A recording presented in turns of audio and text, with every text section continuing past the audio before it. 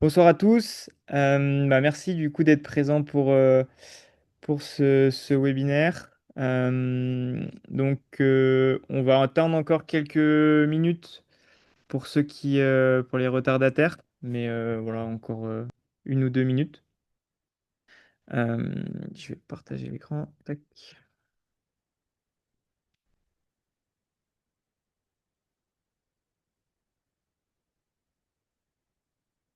Vous pouvez juste me confirmer, Ouais, on voit bien, vous ouais. voyez bien mon écran? Parfait. Parfait. Également pour tous ceux qui sont là, est-ce que vous pouvez nous confirmer dans le chat si vous nous entendez bien, si vous voyez bien le partage d'écran? Normalement, j'ai activé le chat.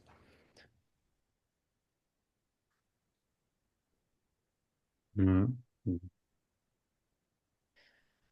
Euh, c'est OK, on entend bien, tout est OK, super. Superbe. Euh, donc pour idéalement, donc le chat, voilà, vous pouvez échanger. Idéalement pour les questions, le mieux c'est vraiment d'utiliser l'onglet questions-réponses qui est sur Zoom là. Ça nous permet nous de les ranger, de les traiter et de les traiter une par une, alors que dans le chat, forcément, c'est un peu plus pêle-mêle.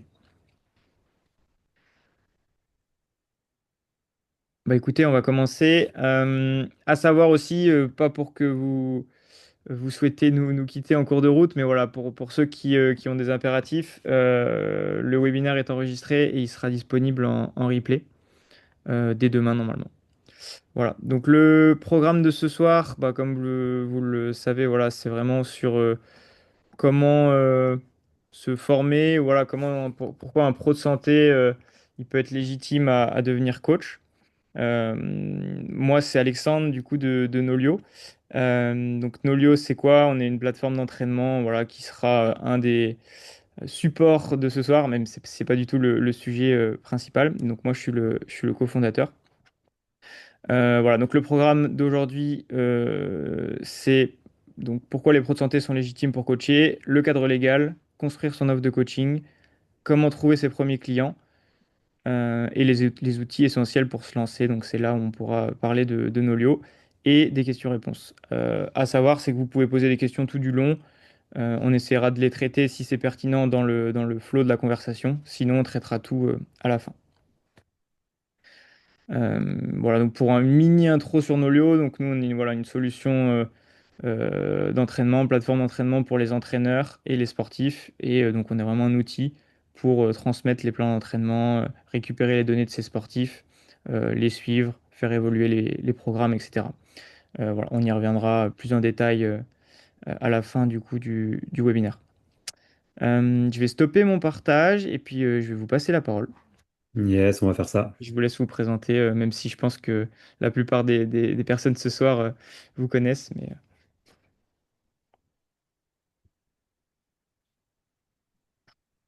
Ok. Et-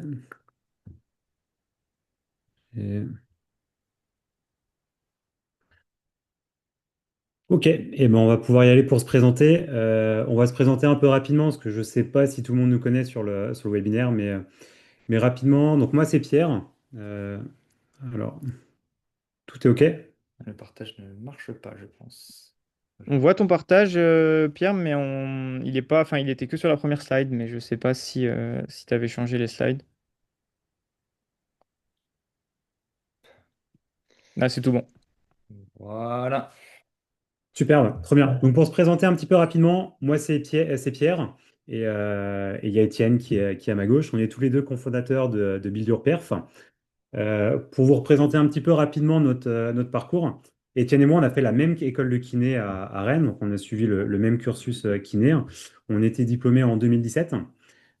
Pour commencer, après ce diplôme-là, on a essayé de se former. Donc, on s'est d'abord formé en kinésithérapie du sport, avec cet objectif, dans un premier temps, d'accompagner au mieux les sportifs qui venaient nous voir au cabinet, mais plutôt sur l'aspect rééducation, réhabilitation.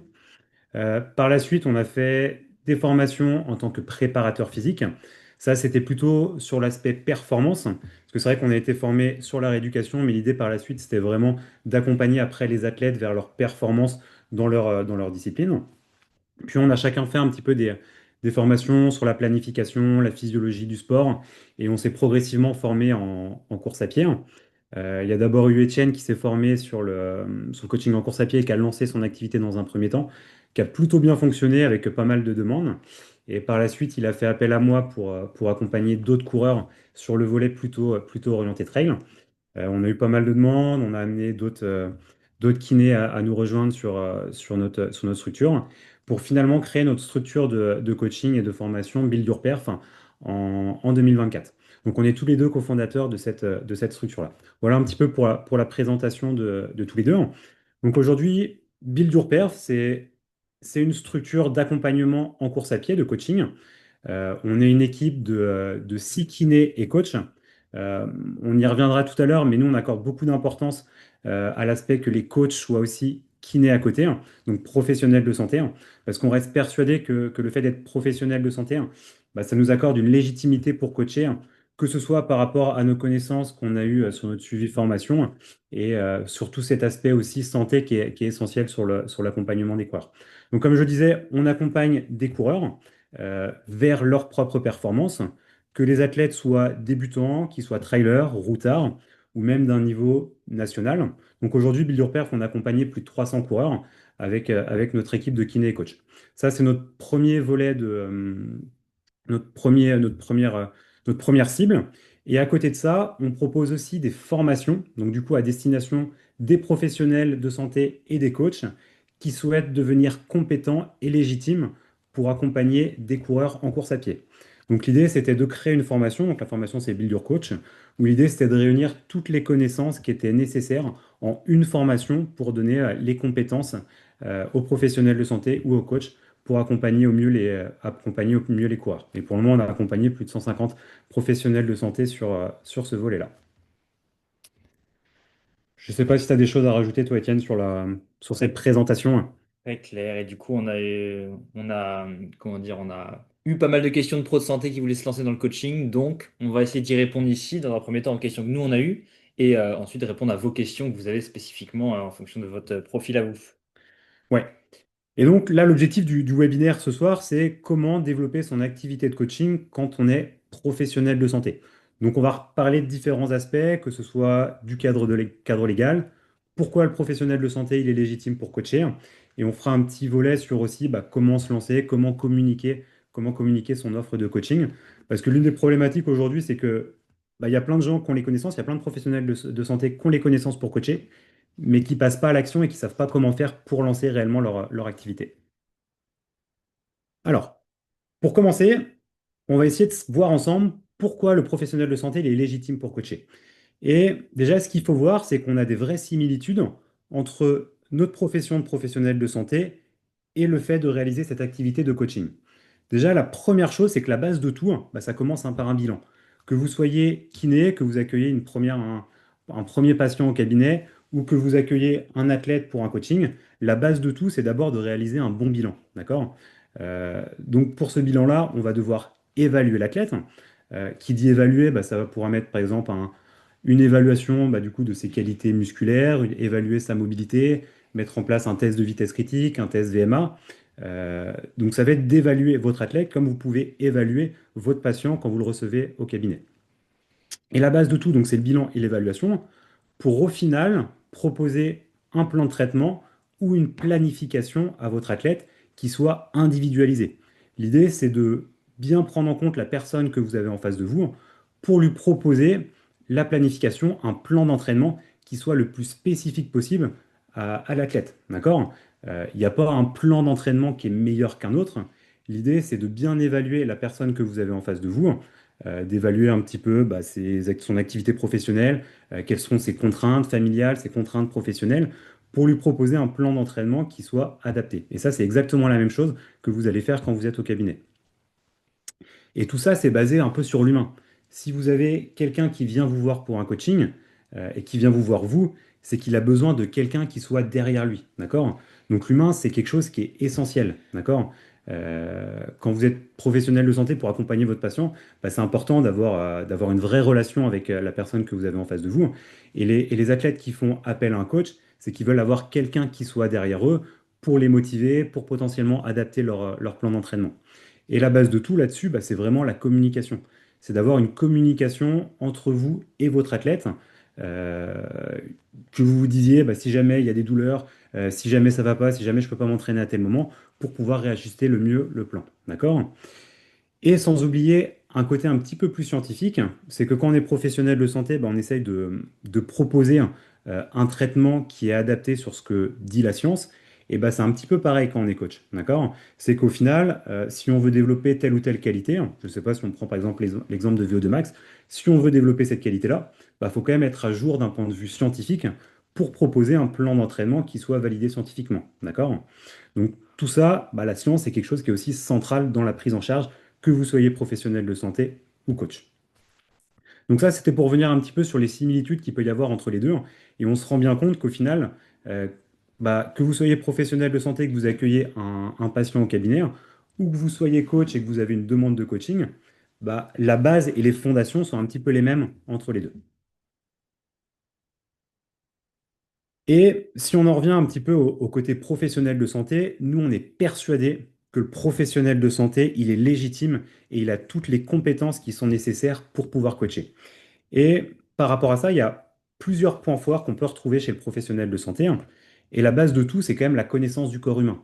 Que vous soyez kiné, ostéo, podologue, vous avez suivi une formation qui vous acquiert des connaissances anatomiques, des connaissances physiologiques qui font que vous savez ce que vous mettez en place. D'accord? Et par rapport à ça, vous avez un vrai rôle en prévention, gestion des blessures. Si votre athlète il vous dit à un moment donné, bah, j'ai une douleur à tel endroit au niveau du genou, j'ai une douleur à tel endroit au niveau de la cheville, vous allez être plus à même pour pouvoir adapter l'entraînement, potentiellement stopper l'entraînement ou réorienter votre athlète par rapport à la localisation où il a mal, parce que vous avez ces connaissances anatomiques qui font que peut-être vous allez avoir davantage de signaux d'alerte sur telle ou telle pathologie et peut-être qu'il faut soit adapter l'entraînement ou soit le stopper complètement. D'accord? Et il y a aussi tout ce côté éducation thérapeutique qui est essentiel. C'est que quand on est professionnel de santé, on a à cœur d'éduquer nos athlètes, d'éduquer nos patients, que ce soit en termes de santé générale, sur le fait de bouger, sur l'importance de pratiquer du sport, sur le sommeil, la nutrition, tout ça, pour promouvoir la santé. Donc, on promouvoit à la fois une vision long terme sur la performance, c'est bien d'amener son athlète vers sa performance, mais c'est aussi important d'avoir une vision santé. Parce que l'athlète, on veut qu'il puisse courir et atteindre son objectif sur les prochains mois, mais ce qu'on veut aussi, c'est qu'il soit capable de courir dans 10 ans, dans 20 ans, dans 30 ans. Et nous, là-dessus, avec les connaissances qu'on a en tant que professionnels de santé, je suis persuadé qu'on a une vraie plus-value sur cet aspect santé. Et enfin, on a aussi un vrai regard critique. Tout à l'heure, on parlait de la science. Quand on est professionnel de santé, en tout cas nous, kinés, on essaye d'être à jour scientifiquement et on a une pratique qui est dite EBP, donc ce qu'on appelle l'Evidence-Based Practice. Donc ça veut dire qu'on base notre traitement sur trois piliers. À la fois, du coup, notre expérience qu'on a acquis avec nos différentes années de kiné, nos différentes formations sur ce que dit la science, parce que du coup, la science, elle est sans cesse en mouvement et il faut toujours s'actualiser. Et c'est important de proposer quelque chose qui est adapté aux connaissances actuelles. Et enfin, le patient, d'accord? C'est-à-dire qu'on doit individualiser que ce soit notre plan de traitement ou notre planification par rapport à l'athlète qu'on a en face de vous. Donc c'est vraiment ces trois piliers qui sont à prendre en compte, que vous soyez professionnel de santé avec votre patient ou que vous soyez coach par rapport à votre athlète. Donc ça, c'était vraiment pour revoir un petit peu ensemble pourquoi le professionnel de santé, il est vraiment légitime pour coacher. Maintenant, si on passe d'un point de vue cadre légal, je sais pas si tu avais quelque chose, toi, à rajouter, Étienne, sur les slides d'avant. Pas spécialement, je trouve que c'est assez clair. Moi, ça me paraît clair. Moi, je dis souvent que le kiné est le meilleur des coachs. Bon, on le dit entre nous, entre guillemets. Moi, je trouve que pour les amateurs, en tout cas, aujourd'hui, en tout cas, on a tout pour bien comprendre les athlètes amateurs en tant que pro de santé. Voilà, il faut être humain, il faut être à l'écoute. Donc, c'est exactement la même chose. Donc, rien à rajouter là-dessus. Et cadre légal, maintenant, la partie un petit peu peut-être moins excitante, mais Ouais, nécessaire pour vraiment plus avoir de frein pour se lancer en tant que coach. Que coach. ouais, c'est la partie peut-être un peu moins fun là, ce soir, mais c'est quand même quelque chose où bah, on a beaucoup de gens, en tout cas, qui ont des interrogations par rapport à tout ça. Pour cette partie cadre légal, avant de parler de comment proposer son offre et tout ça, là, je vais m'adresser un petit peu plus aux kinés qui sont là ce soir. Désolé aux podologues ou ostéos qui sont sur le webinaire, mais j'ai un peu moins les connaissances par rapport à votre profession. Et déjà, ce qu'il faut savoir en tant que kiné diplômé de MKDE, on a la possibilité d'exercer la fonction d'éducateur sportif. D'accord? Donc, une fois que vous avez votre diplôme, vous pouvez faire la demande de cette carte d'éducateur sportif. C'est pas quelque chose qui est obligatoire pour coacher, parce qu'aujourd'hui, il y a quand même un grand flou au terme de coaching, et c'est pas quelque chose qui est réglementé. Aujourd'hui, tout le monde peut se dire coach, d'accord? Même si vous n'avez pas suivi de formation dans le sport, dans la santé, vous pouvez vous dire, bah, je suis coach en course à pied, d'accord? Par contre, l'État est quand même en train de mettre un peu son nez là-dedans et va quand même avoir une réglementation dans les prochains mois, années qui va arriver.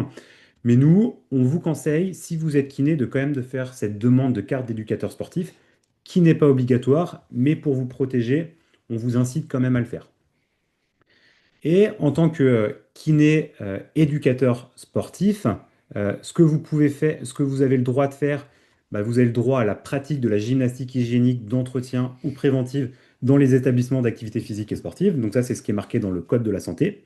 Et vous avez le droit aussi d'encadrer des activités physiques ou sportives adaptées à la pathologie ou capacité physique et au risque médical de tout patient.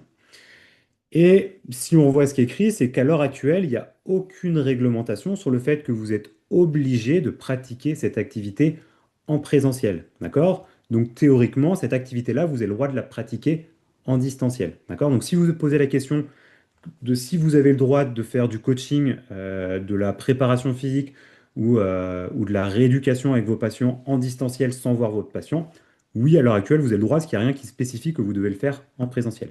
Première chose. Enfin, c'est important de revenir un petit peu de ce qui est dans le champ de compétences et ce qui est hors champ de compétences. D'accord? Donc tout à l'heure, on a vu ce qu'on avait le droit de faire. Donc dans le champ de compétences, on a le droit de faire tout ce qui entoure la santé, tout ce qui entoure la prévention, l'éducation. D'accord? Ça veut dire que si vous êtes kiné et que vous faites de l'ostéopathie, vous êtes dans le champ de compétences. Si vous faites du coaching de rééducation, par exemple, que vous accompagnez un coureur pour traiter ses périostites, pour traiter sa bandelette iliotibiale, vous êtes pareil dans le champ de compétences, pareil pour des cours collectifs, prévention santé, pareil pour du massage, massage bien-être et massage antalgique. Donc ça veut dire que tout ce qui est dans le champ de compétences va être exonéré de TVA. Ça, c'est important. Par contre, on peut avoir une activité qui va sortir du champ de compétences. Donc ça va prendre en compte par exemple le coaching sportif. Si vous voulez amener votre athlète dans un objectif de performance, là on sort de notre champ de compétences, donc ça va être soumis à TVA. Pareil, si vous mettez des cours de yoga en place au cabinet, de la préparation physique. Et j'ai parlé aussi des rétrocessions, parce que si vous êtes kiné, que vous êtes associé dans un cabinet et que vous touchez des rétrocessions de vos collaborateurs, ça, pareil, c'est hors champ de compétences, donc tout ça va être soumis à TVA. Je vous parle de tout ça parce que c'est quand même quelque chose qui est important. Aujourd'hui, le seuil de TVA, il est de 37 500 euros. Donc c'est juste pour vous interpeller en vous disant que bah, si vous voulez vous lancer dans, dans du coaching sportif, eh bah, c'est soumis à TVA parce que ça sort du champ de compétences. D'accord? Après, ça dépend toujours de quel prisme on le prend. Si vous faites du coaching performance hors champ de compétences, si vous faites bah, du coaching, rééducation, traitement de la douleur, on est dans le champ de compétences. D'accord? Donc bien prendre en considération ces deux distinctions qui sont quand même importantes. Enfin, donc là plutôt toujours sur l'aspect un peu kiné, il y a un peu trois manières de se rémunérer quand on est kiné. La première chose, on peut faire une activité qui est conventionnée. Ce qui est conventionné, en fait, c'est ce qui est inscrit dans la NGAP. C'est tous les actes que vous allez pratiquer au cabinet et qui ont une cotation. Donc ça, c'est les actes que vous allez mettre en place et qui vont être remboursés euh, par votre patient, parce que c'est ça qui sont inscrits dans la NGAP. On peut avoir une activité qui est non conventionnée. Donc si on a une activité non conventionnée, c'est le fait en fait de faire des actes qui sont inscrits dans la NGAP, mais par contre, vous décidez de mettre en place votre propre tarif. Donc ça, c'est ce qu'on appelle activité non conventionnée. Et enfin, il y a le hors nomenclature. Le hors nomenclature, ça regroupe tous les actes de kiné qui ne figurent pas dans la NGAP et qui du coup ne sont pas remboursés par l'assurance maladie. Donc là, par exemple, il y a plusieurs exemples. Premier exemple, ça pourrait être les ondes de choc. Les ondes de choc, c'est quelque chose qu'on peut utiliser au cabinet. Pour autant, c'est pas inscrit dans la NGAP, donc on a le droit de faire de leur nomenclature par rapport à ça. Ça peut être des bilans, des conseils, des interventions en entreprise. Et sur ce volet-là, on a tout aussi l'accompagnement personnalisé et donc le coaching en course à pied. Ça va être de leur nomenclature. Et par rapport à tout ça, le kiné, il est libre de fixer ses tarifs, d'accord? Par rapport à une activité conventionnée où bah, les actes ils sont imposés par l'assurance maladie, par la caisse, et bah là, pour le coup, pour leur nomenclature, vous êtes libre de fixer vos tarifs.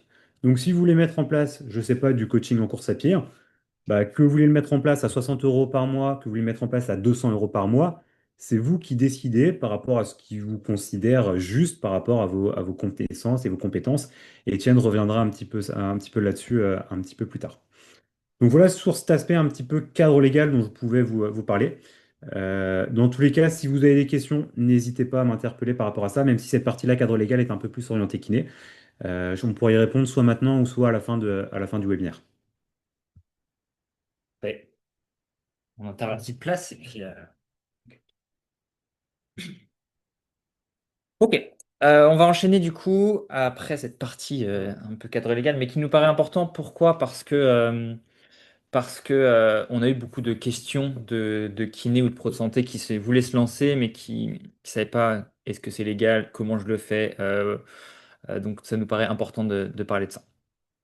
Ensuite, bon, maintenant, ok, on se dit, je suis formé dans l'entraînement du coureur, je suis pro de santé, je suis formé dans l'entraînement du coureur, j'ai envie de proposer du coaching à mes patients, à mon entourage, ou bref, de proposer du coaching.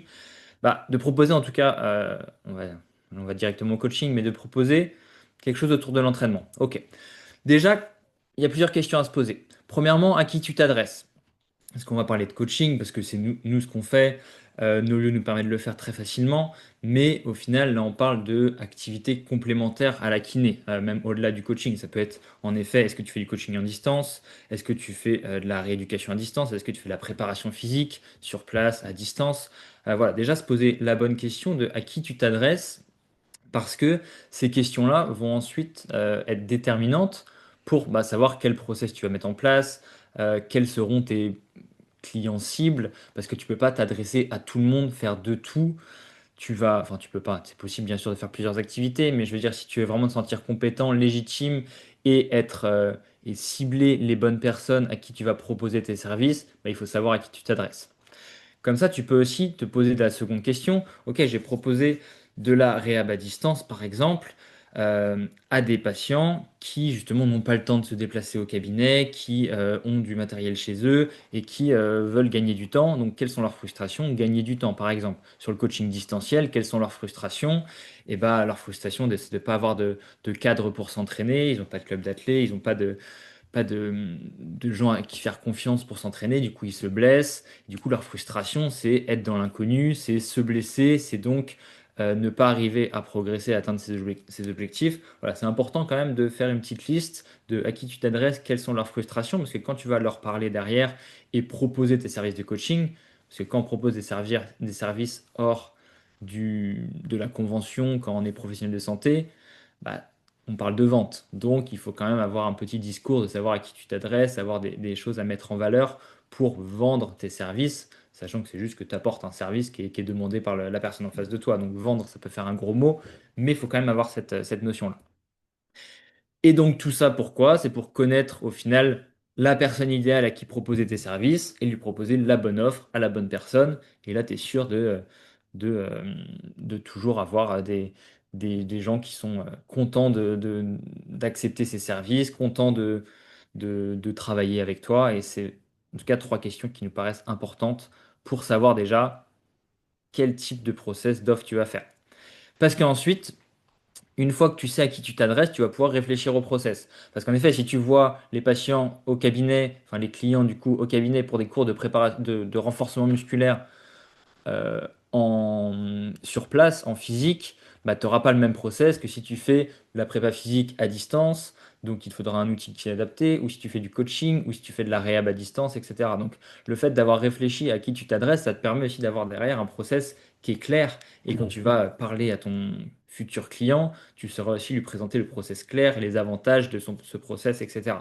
Donc Ça te permet de réfléchir au parcours client, au futur parcours client et au parcours qui correspondra du coup aux besoins, aux frustrations, aux attentes de ton client cible.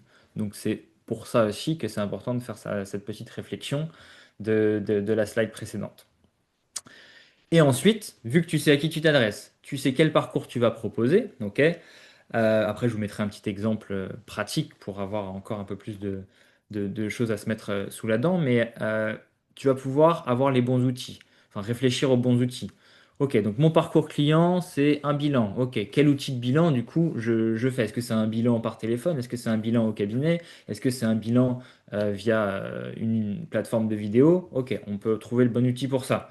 Bah, du coup, tu vas faire payer, bien sûr. C'est le principe du coup de développer une autre activité à distance, c'est de plus être forcément dépendant de la sécurité sociale, plus être dépendant des tarifs conventionnés. Donc, il faut te faire payer. Est-ce que tu fais un virement? Est-ce que tu utilises Stripe? Est-ce que tu utilises l'outil de Nolio directement sur l'outil Nolio pour te faire payer? Voilà, c'est des choix aussi à faire qui sont importants. En tout cas, il faut que tu aies la réponse à ça.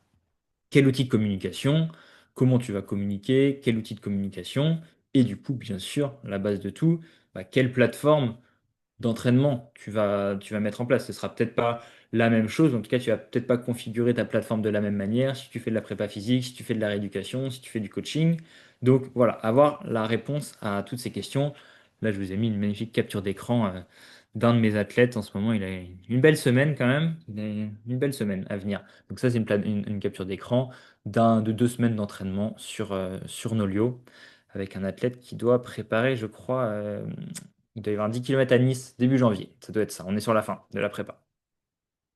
Je vous ai mis un petit exemple pour avoir un peu plus de concret, de c'est quoi notre process aujourd'hui sur la partie coaching, donc la partie coaching pour les particuliers qui veulent atteindre leur objectif en course à pied. C'est un de nos services qu'on propose en plus de la formation pour les professionnels.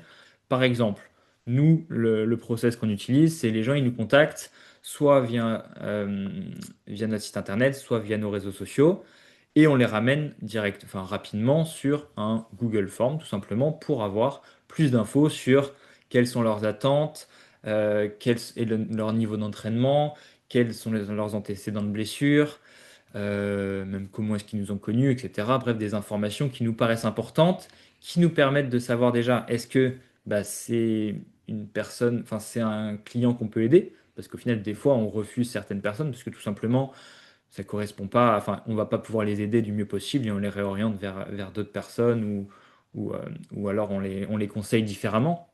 Mais en tout cas, ça nous permet d'avoir vraiment la bonne personne en face de nous. Ensuite, on lui propose enfin, du coup, on lui valide le coaching. On passe par Stripe pour la facturation pour un premier mois avec un suivi mensuel derrière, un abonnement mensuel. Et donc, on va sur une visio bilan. Nous, on utilise tout simplement WhatsApp, principalement WhatsApp ou Google, mais principalement WhatsApp en visio. Visio bilan d'une demi-heure où on fait le point sur les objectifs, sur le niveau d'entraînement, sur les attentes, sur la motivation. Voilà, on a toute une liste, enfin, on a un bilan type à remplir pour être sûr qu'on aille tous dans la même direction. Troisième chose, ensuite, bah, on leur ouvre les accès sur Nolio. Et la première semaine, ce qu'on fait, enfin les premières semaines en fonction du niveau d'entraînement de l'athlète, on fait évaluation des qualités physiques avec 4 tests qu'on propose pour voir la stabilité du membre inférieur globalement, la qualité de pied, la force au niveau du mollet, et on doit faire un star plank pour la force au niveau, enfin l'endurance de force au niveau de la chaîne latérale. Voilà, c'est des petits tests qu'on met en place. Nous, c'est totalement personnel à BIP, mais c'est des petits tests qu'on met en place pour avoir une idée de comment bouge et quelles sont les qualités physiques de notre athlète. Et ensuite, on fait une évaluation bah, plutôt d'un point de vue niveau de course, où on va faire soit un test de vitesse critique, principalement un test de vitesse critique, euh, ou un autre test, en tout cas pour évaluer le niveau de départ de l'athlète. Et ensuite, tout au long du suivi, euh, on fait un suivi du coup via la plateforme Nolio, que ce soit sur la partie entraînement, course à pied, que ce soit sur la partie exercice. On utilise la plateforme Nolio et la communication, c'est soit retour de séance sur Nolio, soit WhatsApp. Voilà, c'est pas quelque chose enfin, c'est pas un process absolument à reproduire, c'est juste pour avoir une idée concrètement de voilà comment ça se passe et en tout cas de comment est-ce qu'on réfléchit un process pour ensuite bien en parler quand on est face à quelqu'un qui est intéressé, un client, un patient qui est intéressé, qui te pose la question. Ah, j'ai vu que vous faisiez du coaching, de l'entraînement. Comment ça se passe? Au moins, tu peux, enfin, c'est clair dans ta tête le process que tu vas lui proposer. J'espère que c'est clair. Ça te paraît clair, Pierre? Ouais, non, très bien. Je n'ai pas grand-chose à rajouter Parfait. là-dessus. N'hésitez pas dans le chat, même Alexandre, hein, à intervenir si tu vois qu'il y a des petits trucs qui sont pas clairs. Mais dans le chat et dans les questions-réponses, on y reviendra juste après. Et ensuite, bah, il y a quand même un peu de vente, du coup, qui n'est pas un gros mot, parce que pour convertir, enfin pour comment dire, motiver la personne en face de toi, qui était par exemple ton patient, à venir te faire coacher chez toi, bah, il y a quand même quelques petites règles, petites astuces à avoir pour parler de son offre, parce que c'est vrai que voilà, on a beau avoir, ok, j'ai envie de faire du coaching en course à pied, je suis professionnel de santé, j'ai envie de faire du coaching. J'ai réfléchi à mon avatar client, j'ai réfléchi à mon process, je sais comment ça va se passer. Mais soit j'ai personne qui me demande, soit j'arrive pas à avoir mes premiers clients. C'est pas forcément évident. Donc déjà, juste, je vous ai mis le petit entonnoir là en haut, juste, c'est un grand b.a-ba de la vente, entre guillemets. Moi, quand j'ai vu ça, je trouve ça très visuel et très logique. Pour vendre quelque chose, qu'est-ce qu'il faut? Il faut que, en haut de l'entonnoir, des gens entendent parler de ce que vous faites. Tout simplement, si personne n'entend, vous avez beau avoir la meilleure offre possible, si personne n'entend parler, bah, vous ne vendrez aucun coaching. Et ensuite, il faut être capable de convertir, donc convaincre les gens qui sont intéressés par votre offre. Et voilà, c'est ça la vente. Et du coup, comment trouver ses premiers clients? Bah, faut faire parler, enfin, faut parler de ce que vous faites. Ok, faut qu'il y ait des gens qui entendent parler. Et pour ça, bah, nous, on est pro de santé, on a 20 patients par jour. Déjà, première chose. Ok, ça ne veut pas dire qu'il faut en parler à tout le monde, mais ça veut dire que on peut facilement, dans nos patients, bah, discuter, voir petit à petit au fur et à mesure des séances les différentes frustrations de nos patients coureurs qui sont blessés. Je dis, bah tiens, d'ailleurs, comment tu t'entraînes? Ah ouais, je m'entraîne avec une appli, mais j'adapte moi-même, je sais pas trop comment adapter, etc. Enfin bref, en tout cas, on peut commencer à avoir des discussions avec des patients qui peuvent être des futurs clients, parce que tout simplement, ils ont besoin d'avoir quelqu'un qui les accompagne. Donc au cabinet, hyper simple. Moi, ce que je vous conseille aussi dans votre cabinet de kiné, d'ostéo, de podologie ou autre professionnel de santé, bah, mettez une affiche dans votre salle d'attente, tout simplement. Votre kiné propose aussi de l'entraînement en course à pied, ou propose des cours collectifs, ou propose voilà, une autre façon de faire. Et c'est une façon d'amener facilement que des patients viennent directement vous voir en disant, ah bah tiens, j'ai vu votre affiche, est-ce que je peux en savoir plus? Une façon très simple, quand on est pro de santé, d'avoir du flux, en tout cas que des gens entendent parler de ce qu'on fait. Au final, on va pas se mentir, les premiers clients, c'est souvent l'entourage, hein. En fait, avant même de parler de patients, des fois, c'est ton frère, ta sœur, tes beaux-parents, voilà, c'est des gens autour de nous qui, sur qui, au final, on peut même tester nos process. Donc, ne pas hésiter à aller proposer peut-être une ou deux fois un premier suivi, peut-être même gratuit sur un entourage, mais qui permet de valider un process, de valider le fait, OK, c'est vrai que j'avais un peu d'appréhension, je savais pas si je me sentais vraiment à l'aise. En fait, voilà, je me sens bien, mon process il marche bien. Mon beau-père que je suis, il progresse, il est content. Le process sur Nolio, ça se passe super bien. Les retours sur Nolio, ça se passe bien. Ok, maintenant je me sens vraiment, vraiment légitime à proposer ça à mes patients derrière. Ne pas hésiter à le faire avec l'entourage aussi. Parce qu'au final, voilà, moi, mes premiers clients, il y a des années, quand j'ai commencé en coaching, c'était un patient, et ensuite c'était des copains kinés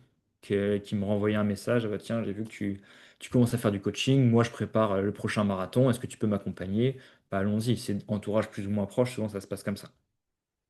Et du coup, pour augmenter son flux, donc le nombre de personnes qui nous voient, c'est aussi possible de passer sur les réseaux sociaux, soit d'un point de vue vraiment où c'est un vrai axe de communication, où là, pour le coup, vous faites du contenu sur les réseaux, ou soit tout simplement même une petite story sur votre compte, sur votre compte personnel, par exemple. Ça peut être quelque chose comme ça. En tout cas, ça peut être une carte de visite aussi, les réseaux sociaux. Si vous aimez partager du contenu sur l'entraînement, ça peut faire office de carte de visite, et c'est intéressant.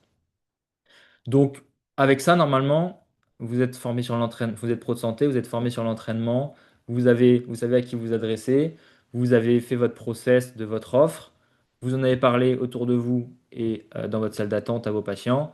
Bah là, c'est 100% sûr que vous avez vos premiers clients. Donc, donc voilà, de manière simplifiée, ce qu'on peut partager sur, OK, quand tu es pro de santé, comment te lancer? Alexandre va terminer en présentant la plateforme et pourquoi est-ce qu'elle est adaptée et elle est vraiment, vraiment très bien faite pour les coachs, mais aussi les pros de santé, que ce soit d'un point de vue exercice, préparation physique, réhab ou bien sûr entraînement, qui était la base de cette plateforme. Et je rajouterais ouais, même juste avant, c'est que souvent ça peut faire peur de se lancer sur les réseaux sociaux. Enfin, on est quand même intimement convaincu que sans même aller sur les réseaux sociaux, vous pouvez attirer du monde, hein. Là, on a parlé de communiquer dans son entourage auprès de ses patients. Ça peut être communiquer auprès des associations sportives autour de vous habitez, hein. Et indirectement, bah, comme disait Étienne, il faut avoir un maximum de flux, un maximum de coureurs. Et il faut juste communiquer déjà d'un point de vue local. Vous allez arriver à attirer des clients. Il n'y a pas besoin de créer sa page sur les réseaux sociaux. C'est clairement pas nécessaire, même si c'est quelque chose qui peut être utile.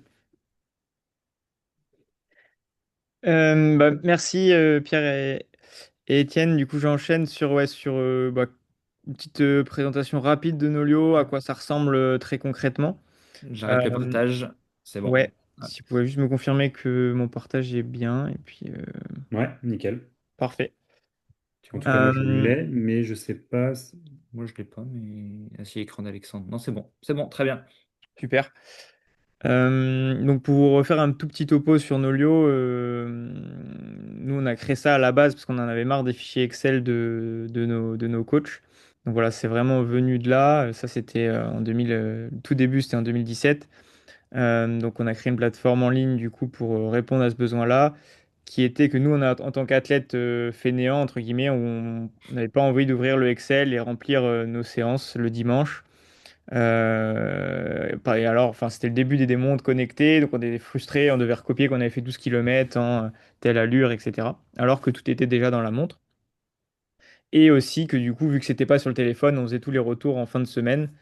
Là où on sait que si l'athlète s'est entraîné 5 fois, s'il note tous ses retours le dimanche, le RPE de la séance, enfin, ou la perception de l'effort de la séance du mardi, sera quand même pas le même que s'il le note 20 minutes après sa séance.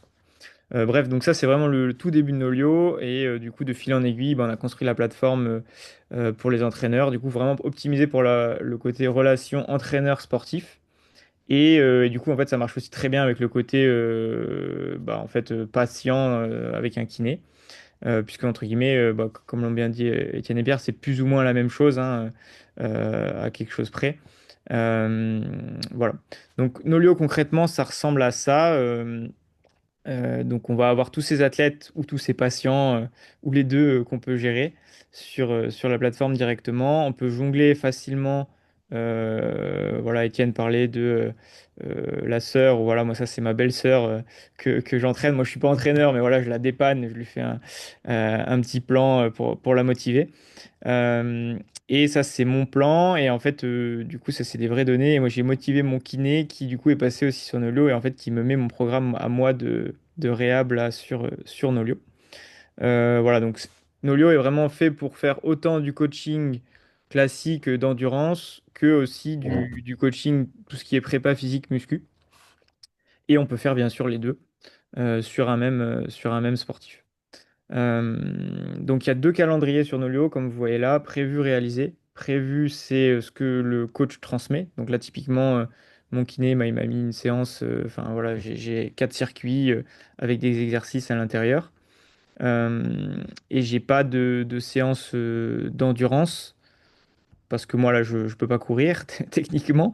Mais si par exemple, je regarde hop, sur Zoé, je lui avais mis justement un programme plutôt course à pied et je vais pouvoir mettre des séances vraiment axées course à pied avec, voilà, là je mets de la zone 4, peu importe, on peut travailler sur de la VMA, sur du cardio, sur de la puissance si on coach en cyclisme, voilà.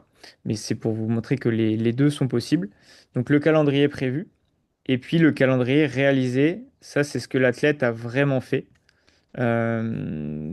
C'est parce que du coup c'est bien beau que l'athlète on lui donne un programme, mais s'il fait 20% du programme, bah, c'est compliqué. Et donc c'est là où on est connecté avec toutes les montres et objets connectés. Et donc ça va remonter automatiquement. Par contre l'athlète, ou le sportif ou le patient, on va lui demander de faire un retour.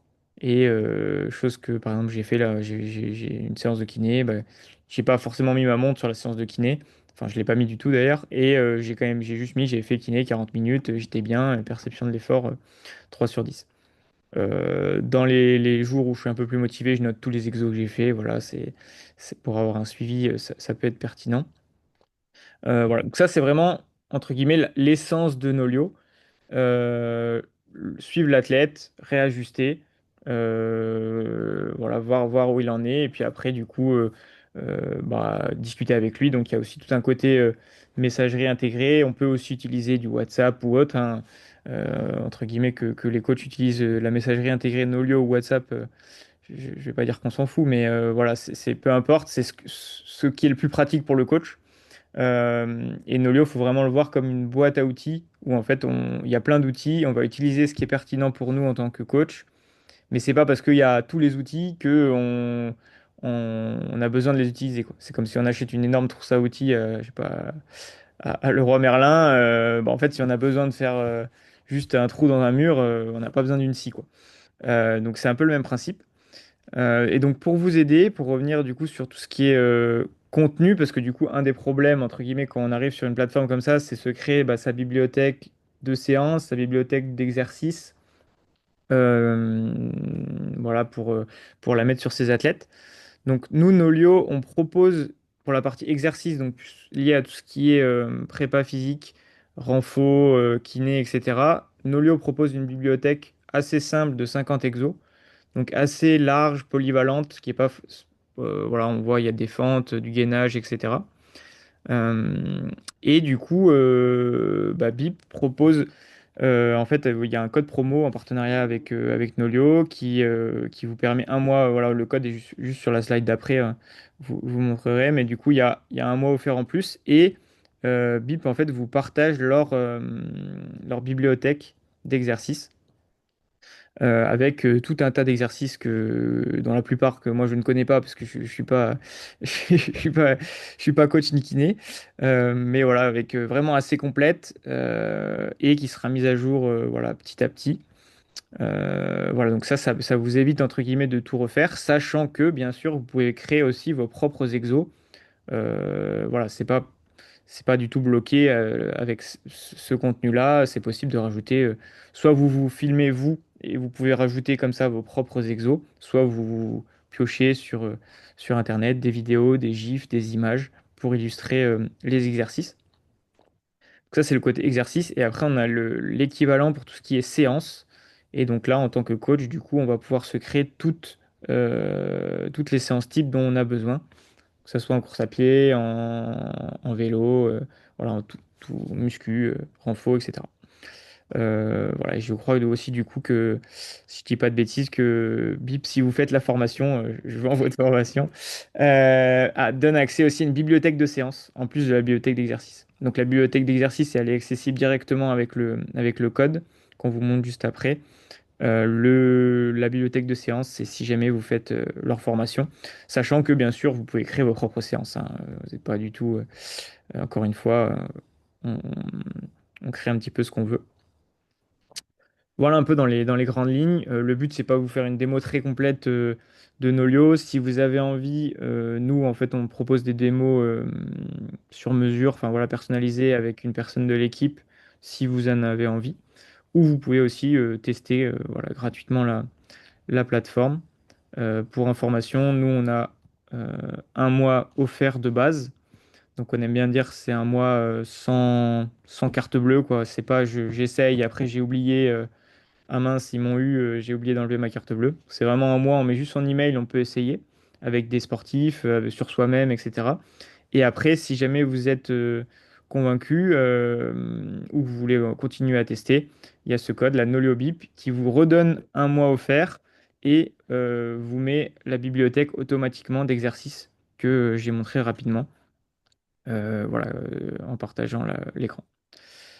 Euh, voilà, je sais pas si j'ai été clair, Étienne et Pierre.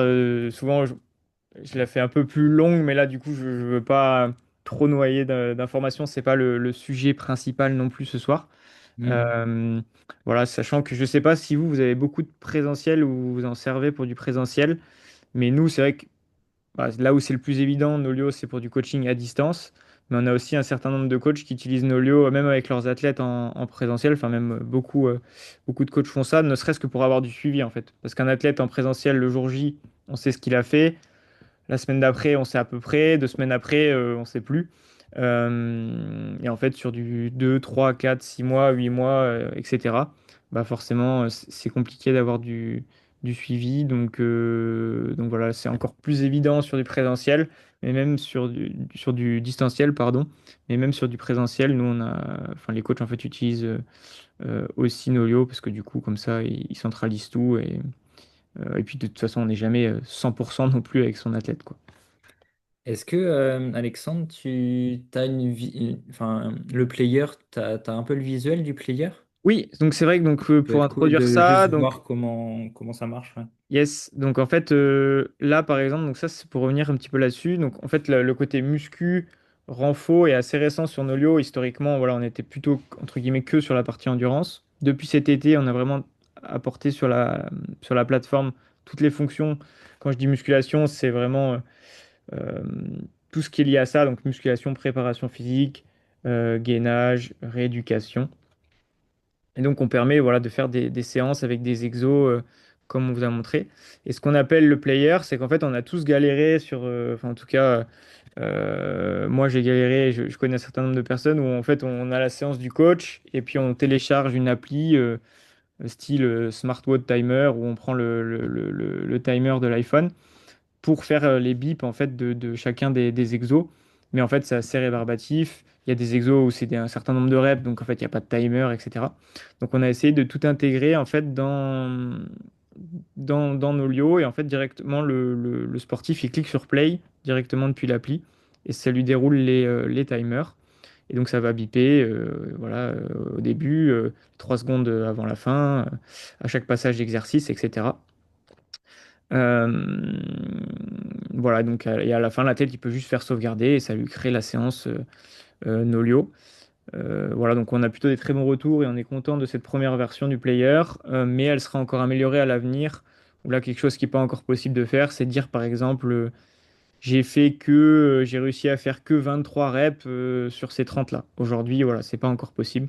Donc on a pas mal d'idées d'amélioration euh, qui seront, euh, qui seront liées à ça. L'idée aussi du player, c'est que si on a un doute, en un clic, on peut revoir en fait très facilement l'exercice.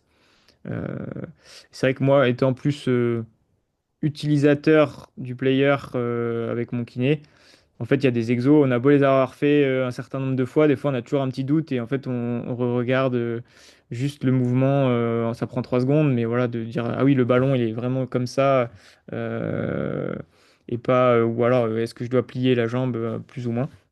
Donc ça permet aussi, vu que c'est assez facile, de le faire.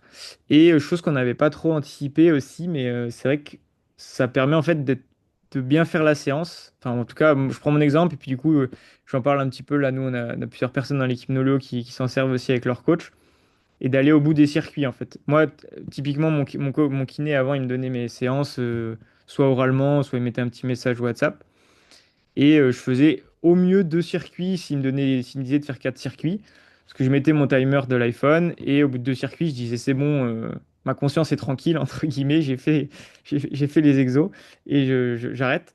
Et maintenant que c'est dans le player, en fait, une fois que au bout que j'ai fait 2 circuits, j'ai cette même pensée.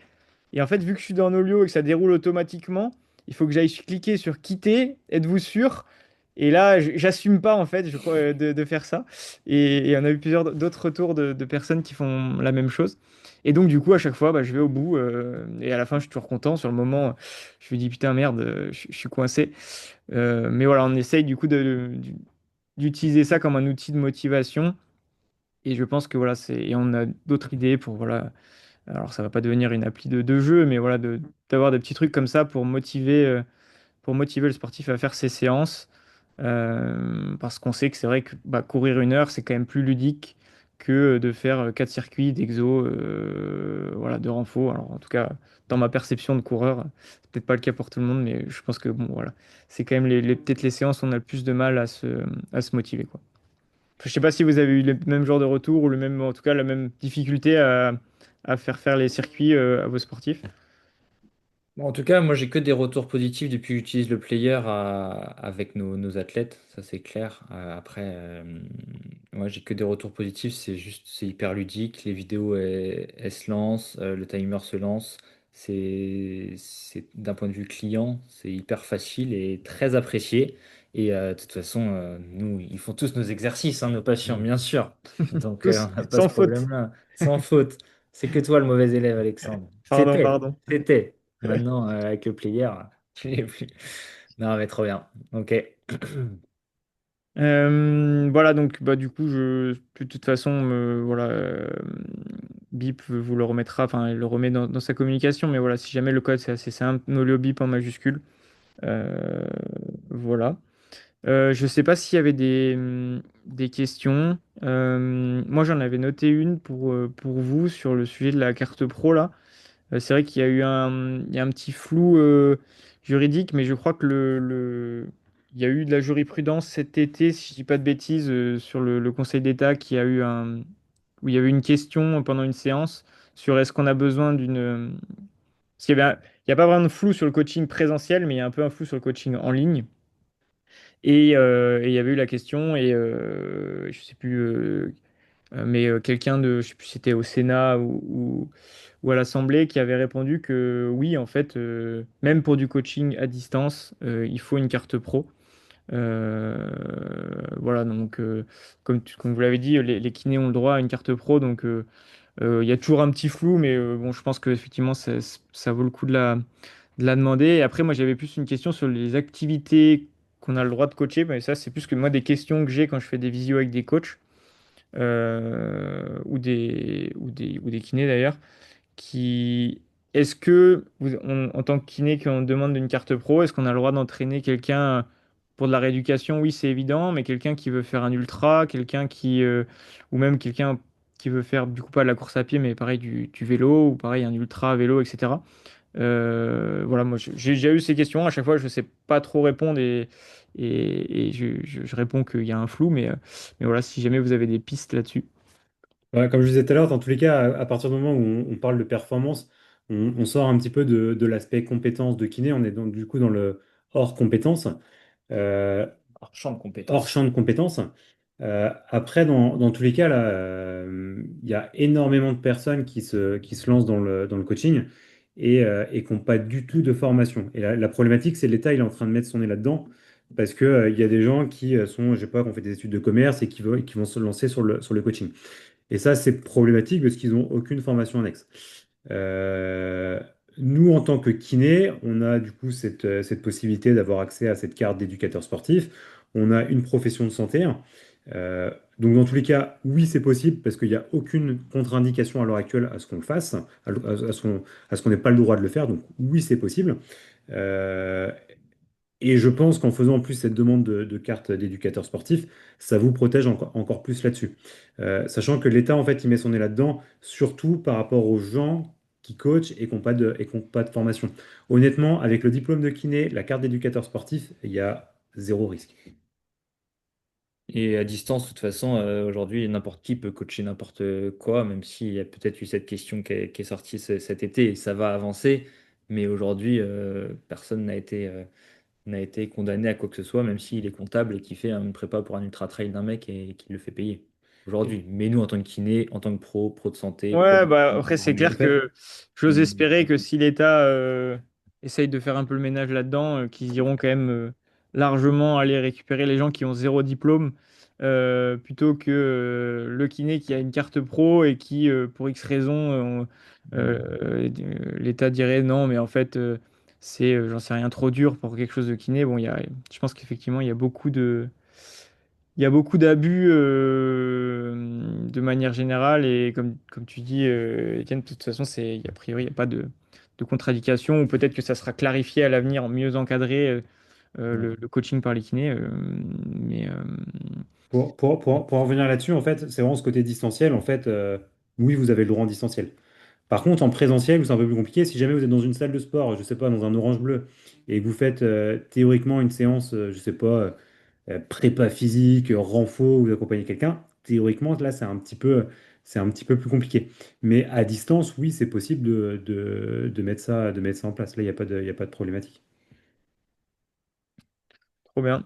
Et, Voilà. euh, moi, je me posais la question, du coup, c'est plus par curiosité aussi. À quel pourcentage, du coup, vous répartissez l'activité entre le coaching en ligne, enfin, du coup, hors nomenclature, et le coaching en cabinet, enfin, coaching, pas coaching, du coup, mais activité en cabinet traditionnel, on va dire. C'est une bonne question. Nous, aujourd'hui, on fait donc du coaching, de la kiné, mais aussi on fait de la formation, on fait, bah, maintenant, on structure une boîte. Donc, au final, notre temps est divisé en pas mal de choses. Moi, je travaille aujourd'hui 2 jours au cabinet, en gros, à prendre en charge des coureurs. Pierre 3 plutôt, 3 et demi. Et le reste du temps, c'est soit coaching ou soit sur tout le reste de tout ce qu'on doit faire à côté, mais toujours autour de la course à pied, donc, parce que c'est une passion là-dessus et tout ce qu'on fait, ça tourne autour de la course à pied, mais aujourd'hui, c'est moins de la moitié de notre temps aujourd'hui est destiné à la kiné pour moi, un peu plus pour Pierre, mais pour Ok. moi, Bah, je suppose qu'après, ça a été évolutif. Peut-être c'est dû passer, je suppose, du full-time à peut-être 4 jours, puis 3 jours, etc. Enfin, exactement. Et en tant que kiné, ce qui est bien, en tout cas en libéral, on peut faire un peu ce qu'on veut avec notre planning, à voir avec les collègues bien sûr, mais on peut faire un peu ce qu'on veut avec notre planning, enlever une demi-journée, voir comment ça prend, si on a des clients, puis enlever une deuxième demi-journée. Donc il n'y a pas de choix drastique à faire où j'arrête mon activité pour me lancer à 100% dedans et espérer que ça marche. Aujourd'hui, on a ce luxe-là de pouvoir le faire euh, petit à petit. Donc ça, c'est vraiment bien en tant que pro de santé, en tout cas libéral, de pouvoir le faire comme ça, je trouve. ok, trop bien. Euh, Alors, est-ce hop, que... ouais, je vois qu'il y a une question. Du coup, c'est pour vous. Si, est-ce que votre formation est certifiante aux yeux de l'État pour du coaching à distance? Alors, il n'y a pas de certification pour quoi que ce soit sur du coaching à distance. En fait, c'est déjà première chose. Donc, certifiante, non. C'est-à-dire qu'aujourd'hui, c'est pas un diplôme d'entraîneur comme tu peux le faire, mais le coaching à distance, t'as pas besoin de certification et t'as pas de certification pour du coaching à distance. Donc, aujourd'hui, la formation BIP, si t'es pas on va dire, si t'es pas pro de santé et que tu fais la formation, tu peux pas prétendre à la carte d'éducateur sportif. Pour ça, si t'es pas pro de santé et que tu veux aller coacher en salle ou à distance et que tu veux faire les choses bien, on va dire, le mieux possible, même si on a compris qu'on pouvait le faire quand même, il faut que tu fasses un CQP ou un BGEPS, voilà, quelque chose d'autre chose si t'es pas du tout dans le milieu du sport ou de la santé aujourd'hui. Ouais, Euh, moi, des retours qu'on a, c'est vrai que des coachs, c'est qu'aujourd'hui, c'est vrai que le plus rapide, entre guillemets, et qui est quand même assez complet, ouais, effectivement, c'est le CQP qui est porté bah, soit par la fédération d'athlètes pour de la course à pied ou après par les autres fédés. Mais voilà, grosso modo, ça se fait ouais, un peu en moins d'un an, je crois, en étant pas du tout à temps plein, voilà, en ayant potentiellement un travail à côté. Enfin, voilà, c'est quelque chose qui. hmm. Là où soit une licence TAPS c'est 3 ans ou un BPGEP c'est 2 ans. Donc c'est vrai qu'aujourd'hui ça reste le plus accessible de faire un CQP. Ouais. Ouais, complètement. Ouais. Nous, notre formation, c'est vraiment sur la compétence aujourd'hui et vraiment avoir toutes les connaissances théoriques et pratiques pour accompagner et se sentir légitime à faire progresser n'importe quel coureur d'un point de vue certification. Il y a un certificat à la fin, mais qui vaut ce qu'il vaut et c'est pas une carte comme si tu fais un CQP ou un BGEPS. Ok. Est-ce que vous avez d'autres questions? Moi, j'ai des questions pour les gens pour les participants. J'ai une question. Si vous êtes là, c'est que le sujet vous intéresse, je pense. En tout cas, se lancer dans le coaching en tant que pro de santé. Et du coup, ma question, c'est si vous ne l'avez pas fait, pourquoi? Quels sont ou quels étaient vos freins? Est-ce que je ne sais pas comment faire concrètement? Je ne sais pas si j'ai le droit de le faire? Est-ce que voilà, je suis intéressé d'avoir dans le chat votre retour sur un frein que vous pouvez avoir où je ne me sens pas légitime, je ne me sens pas compétent, j'ai pas l'impression d'avoir les connaissances. Voilà, ça peut être plein de choses. Je vous laisse répondre. C'est ma question. Quels sont vos freins?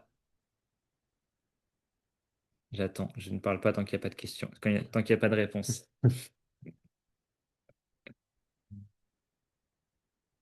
J'allais dire en attendant, tu pourrais peut-être évoquer les freins que vous avez déjà eu vous en Bon, question, mais ouais. ça va biaiser les réponses. Ah, tu vois, trop bien. Quentin, Pauline, Guillaume, super.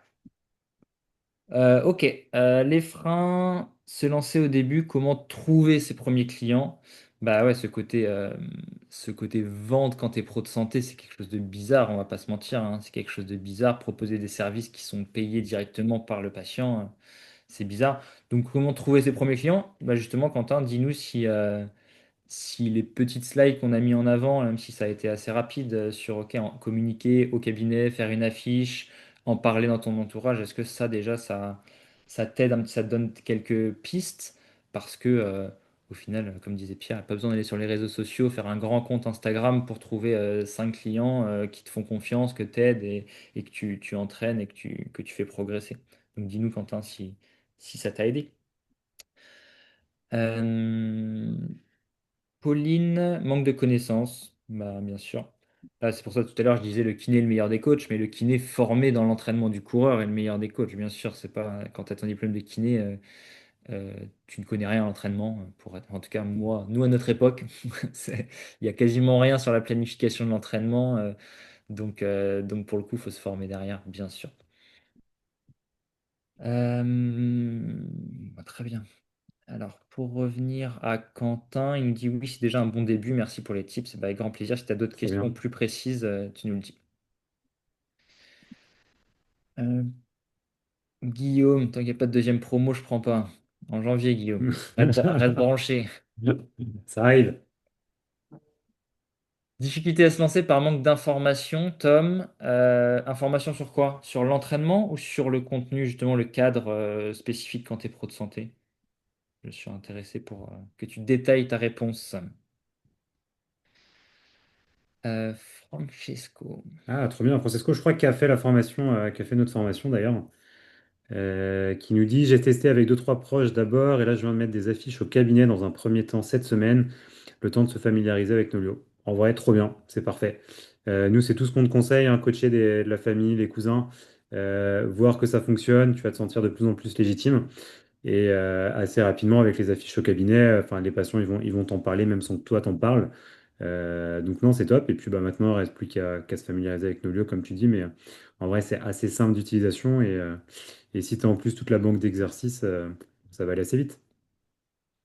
Trop bien, bah, tu nous tiens au courant, Francesco, sur la suite. Si tu as fait notre formation en plus, tu as le groupe d'échange. Donc, j'ai hâte d'avoir tes premiers retours sur tes coachings. Donc trop bien, c'est ça. Tu es à l'étape 2 déjà. Tu as déjà fait ton offre, ton process, tu as testé.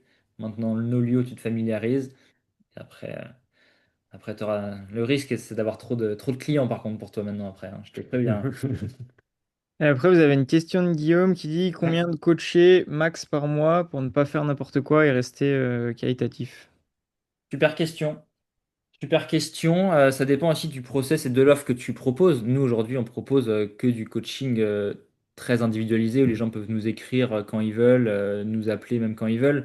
Et c'est notre façon de faire. Et quelqu'un qui fait un coaching semi-personnalisé avec beaucoup moins de contacts, ce serait OK aussi. J'ai pas de jugement du coup là-dessus. Donc, nous, notre manière de faire, moi, je suis monté honnêtement jusqu'à 25 peut-être, mais c'était trop.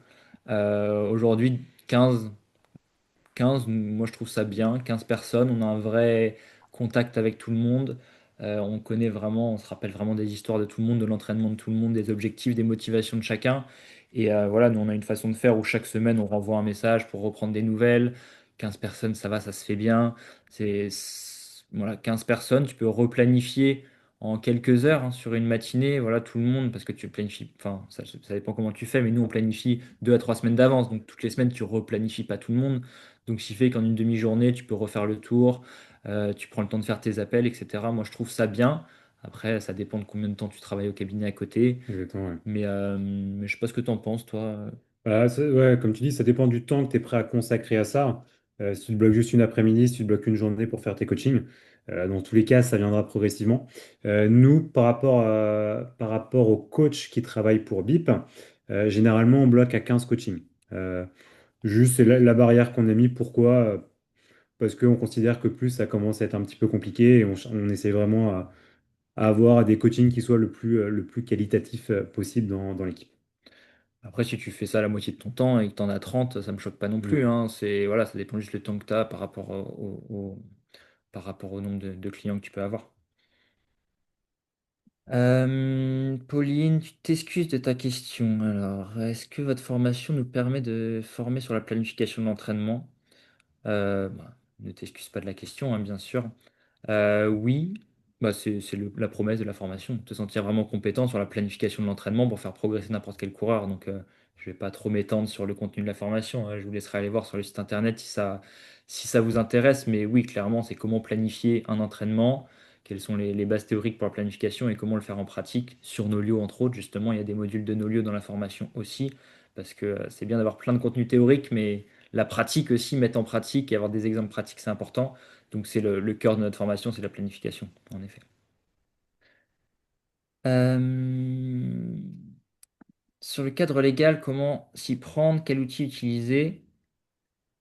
Alors, attends, sur le cadre légal, quel outil utiliser des sujets que vous avez abordés aujourd'hui? Est-ce que Euh, je comprends bien? Non, Sur mais le en fait, cadre ouais, Pas trop. comme là, il répondait à ce qu'on disait, et puis après, du Peut-être coup, il soit. disait, et qui sont approfondis dans la formation, j'imagine. Donc, c'était plus une auto-réponse, j'ai l'impression, qu'une question. Sinon, il y a une autre question de Théo qui est comment on déclare nos revenus du coaching. Alors, je vous en ai parlé rapidement au début, mais peut-être que vous pourrez repréciser. Très, très important, ouais, en effet. Ouais, donc bah, c'est juste une autre case sur ta déclaration d'impôt. Toi, il faut juste que tu sois OK et que tu préviennes ton comptable, ton expert comptable. Tu lui dis bah, que ce que tu fais là, c'est du coaching performance. Donc dans ce cas-là, c'est juste une autre ligne au niveau de ton revenu. C'est ce qui ne rentre pas donc, du coup, dans ton activité conventionnée. Et ça, théoriquement, c'est soumis à TVA si tu dépasses un certain seuil. C'est 37 000 euros. Faut quand même les atteindre. Donc, pas besoin de créer une autre société si c'est la question, pas besoin de créer une autre boîte, etc. pour du coaching. C'est sur ton BNC, sur ton, ton, ton entreprise de kiné. C'est juste une ligne à part, c'est ça comme disait Pierre, dans ton déclaration de revenus. Parce que c'est imposé un tout petit peu différemment le HN du conventionné. Mais hyper simple, hein, pas besoin de créer quoi que ce soit pour faire son premier coaching. J'espère que ça répond à ta question, Théo. Et quand on est en salariat pour déclarer les revenus, quand on est en salariat, très bonne question. Je pense que c'est pareil, t'as pas besoin de déclarer quoi que ce soit, mais est-ce que là, pour le coup, il faudrait que tu demandes. Enfin, moi, j'ai pas la réponse en salariat. Enfin, j'ai pas envie de te donner une réponse où je suis pas sûr de moi, en tout cas. Ouais, je préfère pas donner de réponse. Mais on va se renseigner, du coup, c'est une bonne question. Si tu l'as, je pense que en effet, il y a quand même Est-ce que tu pas es mal de obligé, kinés qui bossent en salariat est-ce que tu obligé de créer une micro? je pense pas, mais Je sais pas. Je sais pas. Moi, je préfère pas te répondre pour pas dire de bêtises. Ouais. Il y a Laurine Super. qui demande est-ce qu'il y a d'autres démarches à faire au niveau de l'ordre des kinés, et des assurances? Ouais, nous, on vous incite à quand même. Bah, vous avez une prévoyance en tant que kiné. Ce qui peut être bien, c'est quand même de prévenir votre assureur que vous vous lancez dans cette activité de coaching, juste pour vous protéger par rapport à s'il arrive quelque chose à votre athlète. Donc, vous protéger par rapport à ça, prévenir votre prévoyance. Après, concernant l'ordre, ça concerne autre chose. Donc, en fait, il y a rien à communiquer par rapport à l'ordre, par rapport à ça. Ouais. Hmm. Juste à RCP, tu mets un petit coup de fil ou un petit mail en disant que tu fais une activité un peu différente qui rajoute une ligne sur ton contrat. C'est juste pour être sûr. Super, il y a plein de questions. Alors, je crois qu'on en a Juliette, loupé quelques-unes. Juliette, je crois. Ouais. Juliette, petite question à part. Si j'ai bien compris, vous êtes kiné du sport. Quelle formation avez-vous suivi? J'ai beaucoup entendu parler de kiné sport. Qu'en pensez-vous? J'aimerais en suivre une pour être plus compétente dans ce domaine. Nous, pour le coup, moi, la formation, j'ai fait la SFMKS. Je crois que c'est pareil pour toi, Étienne. Mais après, ça remonte à 2018-2019. Donc maintenant, ça commence à dater. Je ne sais pas à quel point elle est encore qualitative, cette formation-là. Mais oui, Kinesport, c'est une très bonne formation. Sachant que l'objectif de ces formations-là, c'est quand même de voir plutôt l'aspect rééducation des sportifs que tu suis au cabinet. Et tu aborderas peut-être pas trop cet aspect préparation physique, performance et tout ça. Il y a beaucoup de formations longues de kiné du sport, dont kiné sport, qui est, je pense, très bien, qui est hors de prix. Bon, on va pas rentrer dans ça, mais qui est, je trouve, hors de prix quand tu sors d'école ou quand tu es kiné. Mais pour le coup, nous, on a fait SFMKS, c'est correct, mais c'est des formations généralistes, donc c'est super si tu veux avoir un peu de tout sur tous les sujets du sport. Si tu veux te spécialiser, il faut faire des formations plus spécifiques sur le sujet sur lequel tu veux progresser. C'est ma réponse, pardon, à ta question. Alors, On avait il y une a question de Marion. Ouais, combien de temps vous consacrez à chaque coaching? Voilà. C'est une bonne question et ça dépend de l'athlète, hein. On va pas te mentir que si on peut faire une moyenne peut-être, mais entre quelqu'un qui voilà, veut faire 2h20 au marathon et quelqu'un qui veut débuter la course à pied, les deux histoires seront super intéressantes, mais peut-être qu'on ne mettra pas autant de temps sur la planification de l'entraînement en tout cas. Euh, Comme je disais tout à l'heure, en gros, aujourd'hui, j'ai entre 10 et 15 athlètes que j'accompagne. Euh, pour la partie pure, refaire les plans d'entraînement, enfin en tout cas, checker les plans d'entraînement, faire les adaptations, refaire la planif de 2-3 sur les 3 semaines à suivre, ça va me prendre 2 heures, 2 heures et demie euh, de faire ça chaque semaine. Après, je le fais depuis 5 ans, hein, donc je pense que je suis plutôt efficace là-dessus. Après, tu as toute la partie où tu réponds aux messages, tu fais un appel d'avant-course avec un athlète parce qu'il court ce week-end. Voilà, je vais te dire une demi-journée dans la semaine, si je prends quelque chose d'un peu global, une demi-journée dans la semaine pour 10 à 15 athlètes, sachant que tu as 10 minutes par-ci par-là pour répondre à des messages et un moment plus gros pour faire la planif. Tu es d'accord avec ça? Ouais, carrément. Dans tous les cas, ça va dépendre de votre expérience, vu combien de temps vous coachez. Après, moi, peut-être que ça me prend un petit peu plus de temps. Je coach majoritairement des trailers. Quand on planifie 10 heures d'entraînement dans la semaine et qu'on planifie 4 heures d'entraînement dans la semaine, bah concrètement, ouais, on passe pas le même temps. Voilà. Francesco qui nous refait un petit retour d'expérience assez désorganisé, les coureurs patients, et ils ont besoin de cadre. Bah, c'est souvent ça, on peut courir de son côté, mais des fois avoir du cadre, ça permet de pas se blesser et de progresser plus Ouais, efficacement. après, moi, je le vois avec mon kiné. Je pense qu'il y a aussi une vraie relation de confiance qui. Bon, alors moi, je suis blessé depuis un certain temps, donc aussi, mais je pense qu'il y a une vraie relation de confiance qui se tisse avec le kiné. Et après, bah, ça paraît. Enfin, dans certains cas, je pense que c'est assez naturel. En fait, il y a aussi une côté de. Il y a des gens qui osent pas prendre un coach, sans parler des kinés, parce que ils se voient pas, ils se voient mal taper coach sur Google et appeler quelqu'un au pif. Et je pense pour ça, c'est assez naturel que si le kiné le propose, ben en fait, on a déjà confiance, il nous a accompagnés pour notre rééducation, qui nous aide à planifier notre objectif. Et en plus, il sait que j'ai tout le temps des périostites ou autre.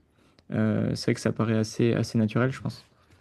Tu fais bien de noter ça, hein. C'est vrai qu'il y a cette relation confiance, et en fait, et souvent, tu as confiance en ton kiné, t'as passé un peu de temps avec lui, tu sais déjà enfin, si tu t'entends bien avec lui, et c'est hyper important. Au final, nous, après quelques années de coaching, on se rend compte que les gens, ce qu'ils retiennent, c'est un peu le plan d'entraînement, mais c'est surtout en fait la relation humaine qui retiennent d'un coaching, en tout cas, comme on le propose, individualisé. Et c'est ça qu'ils adorent, c'est avoir les conseils de la semaine de course, c'est avoir un petit appel de temps en temps, un message de temps en temps. C'est encore plus ça que la partie vraiment planif, même si bien sûr, enfin, ils apprécient d'avoir leur plan d'entraînement, ça c'est sûr. Donc tu fais bien de parler de ça. Il y a une question de Thomas sur, Ah, qui est assez Intéressant. intéressante, qui est pas forcément liée que au kiné, mais qu'on nous pose aussi. Je suis curieux de voir votre réponse sur comment fixer le montant mensuel pour un suivi de coaching. Quelle fourchette pour que cela reste bien, entre guillemets, bienveillant? donc c'est une bonne question. Moi j'en parle beaucoup parce que j'accompagne beaucoup de kinés qui veulent se développer dans le coaching ou dans autre chose. Il y a plusieurs façons de fixer un prix. Soit tu te dis combien de temps ça me prend par semaine, donc quel est mon tarif horaire, donc je facture tant. Euh, Il y a, pourquoi pas? Il y a une chose que enfin, je trouve un peu dommage, c'est les kinés qui vont se dire, ok, ma séance, elle est à 16 euros au cabinet, ma séance de kiné, d'une demi-heure. Donc si je prends une demi-heure, ça coûte, enfin, faut que je le facture 16 euros en coaching. Bah non, parce que l'idée de faire du coaching aussi, c'est de travailler différemment, c'est de peut-être d'augmenter sa qualité de vie. Donc si tu prends exactement le même tarif horaire que tu fais au cabinet, bah en fait, bon, je sais pas si tu avances beaucoup, et puis de toute façon, je suis pas sûr que ce soit une bonne manière de fixer ses prix. Donc, soit tu dis, OK, un tarif horaire, moi aujourd'hui, mon travail vaut 80 euros de l'heure et je passe X temps par coaching, donc c'est ce prix-là. Soit tu fais en fonction de la concurrence. Aujourd'hui, un coaching individualisé euh, humain individualisé, c'est entre 80 et 150 euros par mois. Donc toi, tu te dis, OK, la concurrence, c'est à peu près ça. Après, aujourd'hui, la concurrence, nous, on est professionnel de santé plus coach, donc on a encore quelque chose d'autre à apporter. Donc est-ce qu'on doit se fixer en fonction de la concurrence des gens qui font du coaching, peut-être pas forcément individualisé, je sais pas trop. Une chose est sûre, c'est qu'un prix, tu dois être à l'aise avec le prix. Moi, j'aurais envie de te dire, mais pas trop bas, tu vois. Si tu mets moins de 90 euros par mois pour un coaching perso, vraiment, c'est pas assez cher. Mais il faut que tu sois à l'aise avec ton prix. Il va pouvoir évoluer. Le pire prix, c'est celui que tu n'oses pas annoncer. Donc voilà, si tu dois commencer à 60 euros, commence à 60 euros. Nous, pour être honnête, on est à 100 euros par mois. C'est pas cher, je pense. Mais c'est la façon, enfin, c'est le prix qui nous paraît aujourd'hui juste par rapport à ce qu'on propose. Donc j'ai fait une réponse de suite, je t'ai pas donné de tarif, mais, mais ça dépend aussi de ton offre, tu vois, si tu Mais fais du semi-perso, du perso, si tu fais des groupes de coaching, si tu fais du présentiel, de la réhab en même temps, si tu fais de la réhab, une chose juste par contre important, si tu proposes de la réhab dans ton offre, il faut que ce soit cher, entre guillemets, parce que la réhab, tous les jours, tu dois réadapter en fonction des douleurs. Enfin, c'est encore autre chose. Le coaching, c'est une chose, c'est très bien, c'est très intéressant. La réhab, tu prends 4 fois plus de temps. Donc, ne fais pas de la réhab à 60 euros par mois. Je te le dis d'avance. ouais, non, pas grand-chose à rajouter par rapport à ça, mais comme disait Étienne, dans tous les cas, faut que tu sois à l'aise avec le prix que tu fixes pour déjà pouvoir en parler, hein. Et puis dans tous les cas, il faut que tu valorises tes compétences. Tu as suivi des formations, bah, faut que tu valorises les formations que tu as suivies, hein. Et dans tous les cas, moi je considère qu'il faut quand même mettre un prix raisonnable au départ et après au fur et à mesure, si toi tu te sens à l'aise, tu te sens de plus en plus performant dans tes coachings et que tu as de plus en plus de demandes parce que bah, tu es aussi plus compétent, tu as encore suivi d'autres formations, bah, dans ce cas-là, tu peux encore un peu plus valoriser ton offre. Sachant que nous, chez BIP, on a une seule offre parce qu'on considère que chaque athlète doit avoir la même qualité de coaching. Après, vous pouvez très bien mettre une offre à 40 euros, une offre à 100 euros, parce que vous avez une offre, vous dites, bah, je vous planifie cette planification-là. Par contre, il n'y a pas de relation après humaine derrière. Donc ça dépend en fait de l'offre que vous voulez mettre en avant. Mais c'est possible de fixer différents tarifs aussi. Ouais, nous, on a même déjà vu, alors ça, c'est, comme vous dites, c'est propre à chaque coach, mais nous, on a même déjà vu ouais, des plans. Fais-moi la prépa jusqu'à tel objectif en prenant en compte mes contraintes et que je me suis blessé à tel endroit et c'est tout. Et ouais, il y a pas de. Ou même, c'est même pas un prix par mois, c'est un prix au plan. Euh, Mm. et puis après, c'est tout. Voilà. Et après, bon, très généralement, ceux qui font ça, en fait, ils savent que les sportifs vont revenir au bout de 3 semaines parce ils ont le plan, il est pas adapté. Enfin, c'est dur, c'est hyper dur de respecter un plan à la lettre. On a des contraintes perso, des blessures, des choses qui font que c'est ça la valeur d'un coach aussi, c'est de réadapter régulièrement. Mais voilà, c'est possible et ça va être ouais, ça dépend aussi de chaque kiné ou chaque coach ce qu'il a envie de faire quoi. Euh, Ouais. Ouais, c'est pour ça qu'au début, ce que j'ai dit, réfléchir à qui tu t'adresses et le process, enfin l'offre que tu veux mettre en avant, c'est tout ça. À la fin, ça va découler à un prix. Après, pour avoir vu beaucoup de gens se lancer, de kinés se lancer, et de pros de santé se lancer, vous serez jamais trop cher, dans le sens où on a toujours ce syndrome de l'imposteur, un peu au début, de se dire, ouais, faire payer mes patients, ouais, je vais juste lui demander 20 euros et c'est tout. Voilà, dans tous les cas, vous ne serez jamais trop cher. Il faut quand même mettre en avant vos compétences, votre valeur. Et dans tous les cas, que ce soit 20 ou 150 euros, il y aura toujours des gens qui vous diront, bah non, moi je peux pas payer ou j'ai pas envie de payer. Et c'est OK. Avoir quelqu'un qui, entre guillemets, refuse votre offre, qui veut pas venir avec vous, quand vous lui proposez, c'est pas un échec, c'est juste que c'est pas la bonne personne et puis c'est pas très grave, c'est OK aussi. Donc n'ayez pas peur voilà, de vous poser la vraie question de, OK, quelle est la valeur de mon temps aujourd'hui et combien je dois facturer mes coachings pour être tout à fait enfin voilà, être tout à fait à l'aise avec ce prix-là. Il y a Théo qui demande si on recrute. Merci déjà pour ta question, c'est toujours agréable. On recrute, oui, non. Je t'encourage à nous envoyer un petit message sur Instagram, par exemple, ou par mail, et puis on en discutera avec plaisir. Moi, j'ai mis 60 euros premier mois, puis 30 euros avec engagement 3 mois minimum. Voilà, 30 euros par semaine. Non, je ne sais pas quelle est ton offre exactement, Francesco. Si tu fais vraiment un suivi perso individualisé, tu perds de l'argent à 30 euros par mois. Je vais être honnête avec toi. Mais ok, si c'est de la façon qui te permet de te lancer, pourquoi pas? Mais je te demande de pas Après, trop ouais, pousser. je pense que moi, ça, c'est. Moi, je suis pas entraîneur, mais je pense que le risque de partir trop bas, c'est après de rester à ce prix-là. Et puis après, si après on monte, les gens vont forcément avoir une perception négative parce qu'ils montent leur. Ah oui, ils montent ses prix, ça devient cher, etc. Donc je pense que effectivement, c'est. Faut être à l'aise avec le prix, mais partir trop bas, de manière générale, c'est dangereux parce qu'après, c'est difficile de monter, quoi. Ouais, je suis d'accord avec toi. Moi, pour être honnête, j'ai commencé quand j'étais tout seul avec mes premiers clients à 60 euros. J'ai peut-être fait une dizaine de personnes à 60 euros. Et après, on est monté à 79, 89, 99 en quelques mois. Et là, ça fait un an, plus d'un an qu'on est à 99. Mais c'est pas cher, hein, honnêtement. Donc voilà, c'est la façon dont on a fait les choses. Mais ouais, je suis d'accord avec toi, Alexandre. Après, pour les tarifs, justement, toi, tu as une autre vision un peu pour compléter la réponse que j'ai faite tout à l'heure.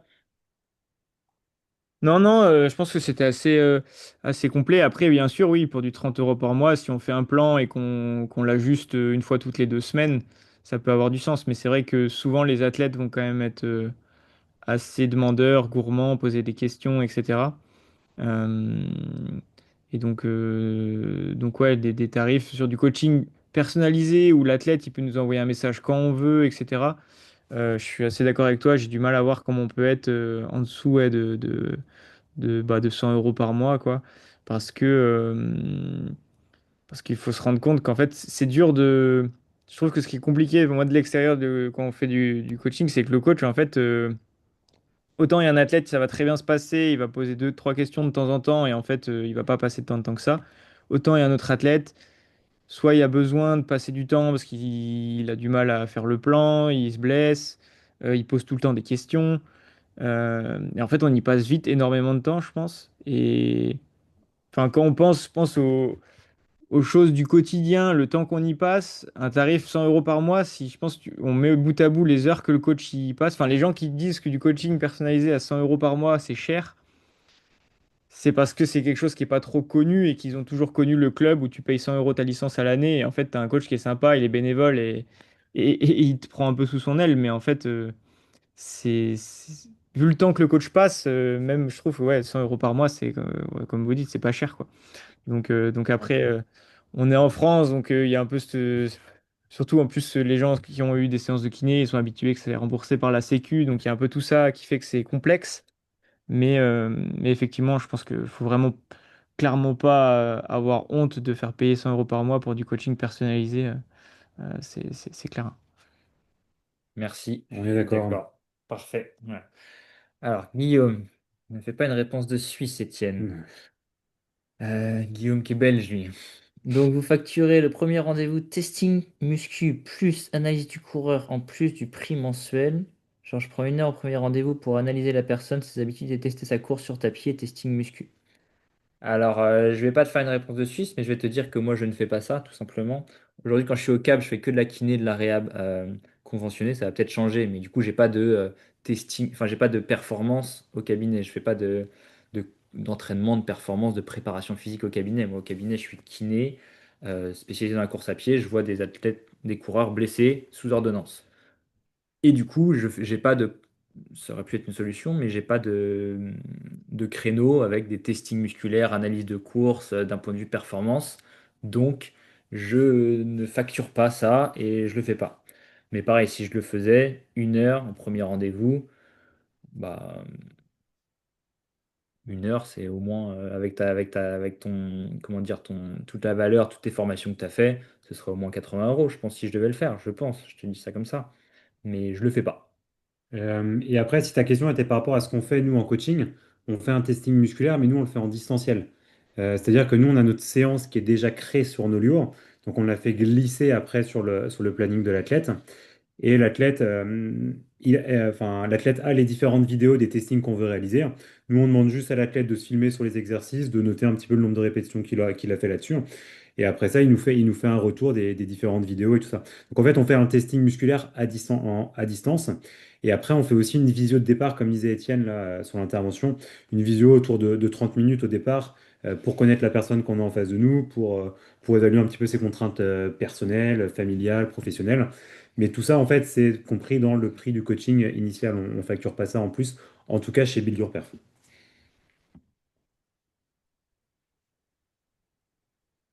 Voilà, bah, Pas de s'il y souci, en a Guillaume. qui ont une dernière question ou quelques dernières questions, n'hésitez pas. Je vois qu'il y en a qui disent qui ont loupé le début, donc il y aura le replay dès demain. Donc voilà, n'hésitez pas. On mettra aussi les passages pour que vous puissiez aller directement aux portions qui vous intéressent.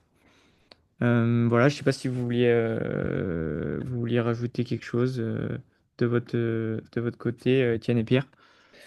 Non, bah, c'était un grand plaisir de parler de ça. Nous, c'est ce qui nous passionne, l'entraînement du coureur et aussi que les kinés s'épanouissent dans leur métier, qui est un super métier de kiné, mais on le sait tous, enfin, en tout cas pro de santé, en général, la santé, c'est des super métiers, mais des fois, c'est pas évident de s'épanouir et de gagner sa vie en même temps. Donc le coaching, ça paraît d'être une solution pour les gens qui sont passionnés là-dessus. Il y a des façons de le faire. On a des outils aujourd'hui avec Nolio, par exemple, qui sont vraiment très adaptés pour gagner du temps et pour vraiment proposer des suivis de qualité. Donc c'est toujours un plaisir de discuter de ça avec toi, Alexandre, et avec tous les personnes qui étaient là ce soir. Vous pouvez bien sûr nous contacter directement sur Instagram Build Your Perf, sur mail aussi, enfin sur notre site internet. Bref, il y a des formulaires de contact, donc n'hésitez surtout pas. Je pense que pareil, nos lieux, j'imagine qu'on peut les contacter aussi pour avoir une présentation. Tu disais tout à l'heure, vous proposez encore des présentations, enfin des Ouais, ouais, vidéos bah sur les. c'est vrai qu'on le fait encore et les gens sont même surpris parfois qu'on propose encore des vidéos et ils nous disent vous devriez automatiser ça, c'est pas rentable et autres. Mais c'est vrai que nous on le fait, on n'essaye pas de calculer la rentabilité de quelque chose comme ça, mais aussi parce qu'on aime discuter avec les coachs et que c'est vrai qu'alors en étant, enfin, c'est toujours hyper agréable, je trouve, qu'on présente quelque chose, de pouvoir poser ces deux, trois questions vraiment qui sortent un petit peu voilà, du lot ou qui sont dire, OK, bah, moi je fais exactement ça, est-ce que c'est possible ou est-ce que c'est adapté pour moi, etc. Donc ouais, on prend le temps de le faire et puis en fait, assez naturellement, comme dans le coaching, je pense, les gens n'abusent pas, en fait, ne nous demandent pas de faire des démos de 8 heures à leur montrer tous les boutons. En fait, tout le temps est précieux pour un peu tout le monde et en fait, ils posent leurs quelques questions. Et, euh, et puis du coup, voilà, et je pense que c'est un peu pareil dans le coaching. De temps en temps, je pense qu'il y a certains athlètes qui abusent, entre guillemets, avec beaucoup, beaucoup de messages, mais dans la plupart des cas, je pense que c'est plutôt enrichissant et que les athlètes, il y a beau écrit message illimité, voilà, ne pose pas 8 questions par matin. Non. Exactement. Donc Pierre, tu as une dernier mot? Non, bah merci à tous ouais, pour ceux qui, en tout cas, qui ont assisté à ce webinaire. Merci à Nolo de nous avoir invités là-dessus. Et puis bah, au plaisir d'échanger ici ou ailleurs ou sur notre page Instagram. En tous les cas, n'hésitez pas si vous avez des questions. Voilà, bah merci à tous d'avoir été présents et puis bonne soirée. Ouais, salut, Salut! ciao.